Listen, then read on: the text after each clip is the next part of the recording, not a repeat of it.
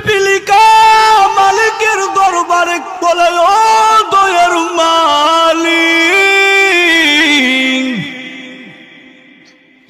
আমি নবীর রওজা দেখবো, আমাকে রওজা দেখাও। আল্লাহু আকবার। আল্লাহ। পিপিলিকা আমার নবীর কেমন আসে, মুরব্বী বাবা চোখের পানি ফেলায় দিল, নবীর কথা মনে আসছে।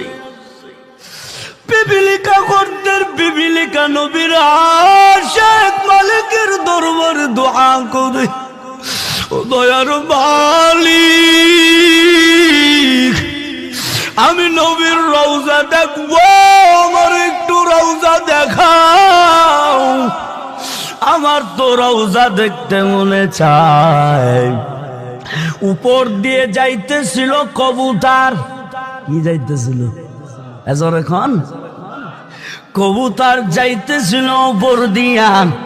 আল্লাহ পাক আওয়াজ দিয়ে কয়, এরে কবুতর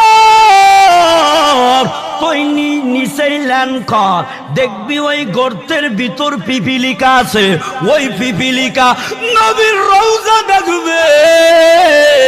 যা যা তোর ঠ্যাঙের সাথে ওই পিপিলিকা বাধাই করে নিয়া রওজা দেখাবি। রওজা দেখাইয়া আবারও তারে বাসায় দিয়ে যাবি। ওই কবুতর কি করলো?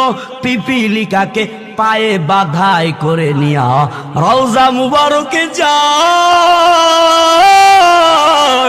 পিপিলিকা নবীর রওজা দেখে দুই চোখে আনন্দ। আল্লাহু আকবার। আনন্দ।